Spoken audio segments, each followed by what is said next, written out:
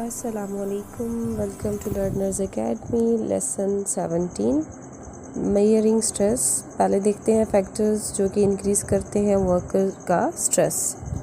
बहुत सारे फैक्टर्स हैं जो कि इंक्रीज़ करते हैं स्ट्रेस, जैसे कि physical environment of the job भी इंक्रीज़ करता है stress. Perceived insufficient control over aspects of the job, जो चीज़ आपके कंट्रोल में नहीं होती जॉब से रिलेटेड। पुअर इंटरपर्सनल रिलेशनशिप्स भी क्या करते हैं, आपका जो है स्ट्रेस इंक्रीज़ करते हैं। परसीव्ड इनएडिक्वेट रिकॉग्निशन और एडवांसमेंट, जॉब लॉस मीन कि जॉब चली जाती है जब, वो भी आप में स्ट्रेस लाती है। रिटायरमेंट के बाद भी बहुत सारी चीज़ें इस तरह की होती हैं कि जिनकी वजह से आप में स्ट्रेस आ जाता है। मींस कि आप जो हो ये अपॉर्चुनिटी भी खो देते हो कि लोगों के साथ इंटरेक्ट करना डेली, और मींस कि डेली आपका एक काम होता था कि जाना है और काम करना है, तो वो चीज़ भी आप से छिन जाती है। मीन के रिटायरमेंट के बाद तो उस तरह से आप नहीं कर सकते, तो वो भी आप में स्ट्रेस ला सकते हैं। एनवायरमेंटल स्ट्रेस की बात करते हैं।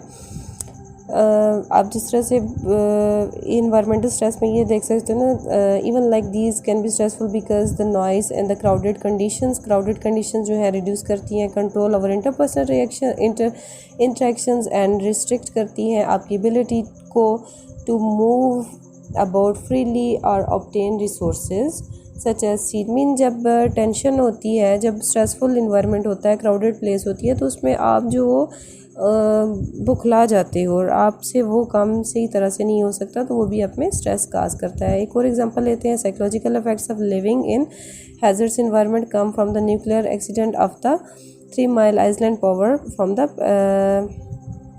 Pennsylvania. More than a year after the accident, researchers compared the stress of nearby residents to the people who lived near a different nuclear facility that had an accident. This comparison revealed greater psychological and physiological evidences of stress. उन लोगों में थे कि जो कि रहते थे near 3 Miles Island than among those near the other facility. जिसके नज़दीक थे उनमें ज़्यादा स्ट्रेस था। फिर मेजरिंग स्ट्रेस आ जाता है। फिजियोलॉजिकल अराउजल है। फिजियोलॉजिकल अराउजल में क्या है, स्ट्रेस प्रोड्यूस करता है फिजियोलॉजिकल अराउजल को, which is reflected in the functioning of many of our body systems. One way to assess arousal to use electrical mechanical equipments to take measurement of blood pressure, heart rate, respiration, और इससे भी आपको क्या physiological arousal का अंदाज़ा हो सकता है। एक और तरीका जो है वो मेजर करने का अराउजल, वो ये है is to be biochemical analysis of blood, urine and saliva samples to assess the level of hormone that the adrenal gland secrete profusely during stress. मतलब कि जब आप इन चीज़ों का स्ट्रेस का टेस्ट करोगे, लाइक ब्लड, यूरिन या स्लाइवा का, तो उससे भी पता चलेगा जब जो हार्मोन सेक्रीट करता है एड्रिनल ग्लैंड, तो उसमें कितना ज़्यादा स्ट्रेस का लेवल है।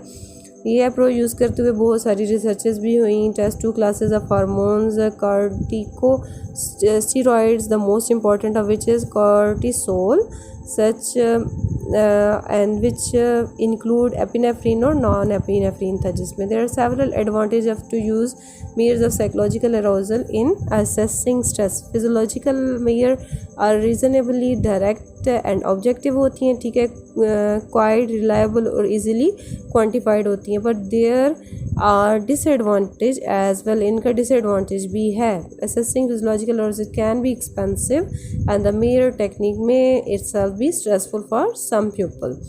मतलब कुछ लोगों को मेजर कराने के लिए जब ले के भी जाएंगे तो वो भी उनकी लाइफ में स्ट्रेस ला सकता है। लाइफ इवेंट्स आ सकते हैं, डिफरेंट लाइफ इवेंट्स होते हैं। Using a self report method is easy to do. Self report method से आप अपने स्ट्रेस का अंदाज़ा लगा सकते हो।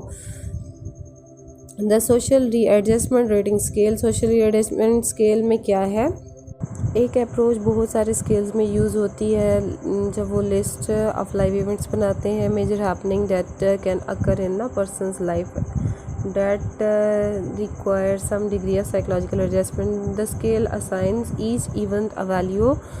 अच्छा, हर इवेंट को उसने वैल्यू दी थी, रिफ्लेक्ट करता था स्ट्रेसफुलनेस, ठीक है। Most widely use scale of life event जो था सोशली एडजस्टमेंट रेटिंग स्केल था, SRRS, जो कि थॉमस ने डेवलप किया था इन 1967 में। To develop this scale these researchers constructed a list of events, ठीक है, क्लिनिकल एक्सपीरियंस पे लिए गए थे the 100 of women and man of various ages and background rate of the amount, मतलब डिफरेंट मैन और वुमेन ले के उनके बैकग्राउंड देखे गए और उस पर काम किया गया। जब ये स्केल यूज़ होता है तो उसके लिए इंस्ट्रक्शंस क्या थी, use of all your experience in arriving at your answer, this means personal experience when it applies as well as what you have learned to be the case for others.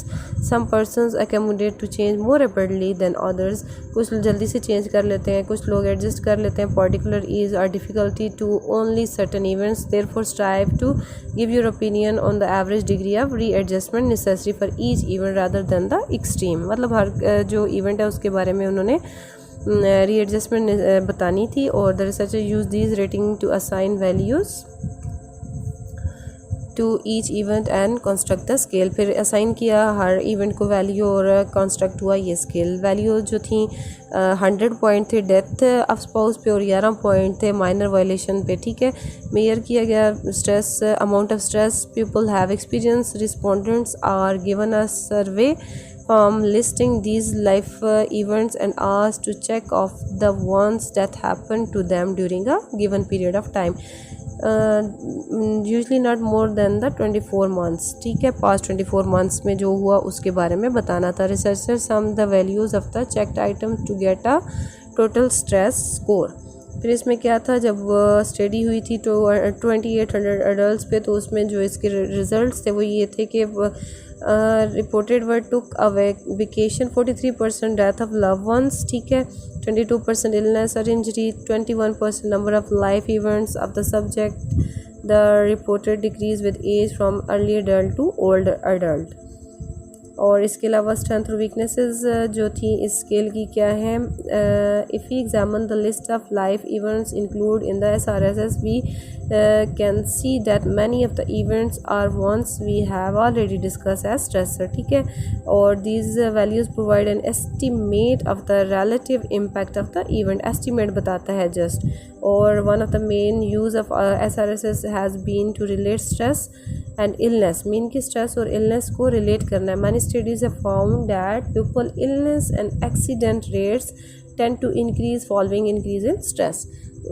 और इसके अलावा ये है कि कहता है illness is only about 0.30 which means that the relationship is not very strong, mean के इसमें रिलेशनशिप स्ट्रॉन्ग नहीं है. One reason that the relationship is not strong is that people get sick and have accidents for many reasons other than stress. मतलब लोग जो हैं सिक हैं उनके साथ और भी एक्सीडेंट्स हो सकते हैं rather than stress. कुछ रिसर्चर्स ने क्रिटिसाइज़ भी किया था आइटम ऑफ SRSS स्केल पे, जिस तरह से change in responsibility at work fails to indicate how much change and whether it involve more और लेस रिस्पॉन्सिबिलिटी. मतलब चेंज ज़्यादा भी कम हो सकता है, कम भी हो सकता है. तो कहता है कि क्लियरली उसने पॉइंट आउट नहीं किया था. जिस तरह से सिमिलरली देखें पर्सनल इंजरी और illness does not indicate the seriousness of the illness, मतलब वो सीरियसनेस ऑफ इलनेस नहीं बताता आपको. किसी को फ्लू भी हो सकता है, किसी को बहुत सीरियस भी इशू हो सकता है, लाइक वो पैरालाइज्ड भी हो सकता है. तो ये चीज़ें उसमें क्लियर नहीं थी.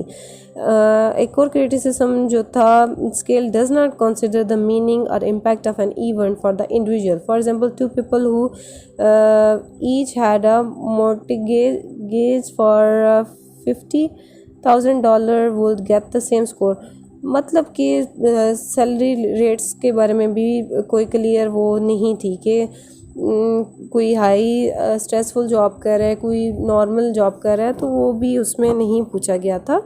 और एक और जो प्रॉब्लम SRSS स्केल में था, इसने डिस्टिंग्विश नहीं किया था डिज़ायरेबल और अनडिज़ायरेबल इवेंट्स के दरमियान. फिर अदर लाइफ इवेंट स्केल्स आ जाते हैं. लाइफ एक्सपीरियंस सर्वे भी है, PERI लाइफ इवेंट स्केल भी है, लाइफ इवेंट रिकॉर्ड भी है. फिर देखते हैं डेली हैसलेस में क्या है. कहता है कि हर चीज़ लाजमी नहीं है, मेजर लाइफ इवेंट ही कोई जो है हमें स्ट्रेस ला सकता है, छोटी छोटी चीज़ों का भी स्ट्रेस हो सकता है. और इनको डेली हैसलेस कहते हैं. Some people experience more daily hassles than other. ठीक है। और इसके अलावा can stress be good for you, कहता है स्ट्रेस आपके लिए अच्छा है। स्ट्रेस की सिंपल एक मिसाल दूंगी कि स्ट्रेस अगर आप ले रहे हो, अपने पढ़ना है, अपने टॉप करना है, तो डेट वुड बी गुड। अगर आप स्ट्रेस ले रहे हो फजूल में, आप मेहनत भी नहीं कर रहे हो, तो वो जो है नुकसान है, वो मतलब आपके अच्छे साइड पे नहीं आपको लेके जाएगा, वो आपको टेंशन भी होगा, वो आपको डिस्टर्ब भी करेगा। लेकिन अगर आपका ये स्ट्रेस है कि मैंने गुड मार्क लेने हैं पेपर में, फिर आप उसके लिए मेहनत करते हो स्ट्रेस लेके, तो वो एक अच्छे सेंस में आ सकता है। अच्छा, जो स्ट्रेस की होता है ये वेरी करता है एक पर्सन से दूसरे पर्सन तक, मीन के पर्सनालिटी डिफरेंसेस भी आ जाते हैं, बायोलॉजिकल वेरिएशंस भी आ सकती हैं, साइकोलॉजिकल वेरिएशंस भी आ सकती हैं इसमें। ठीक है, थैंक यू सो मच।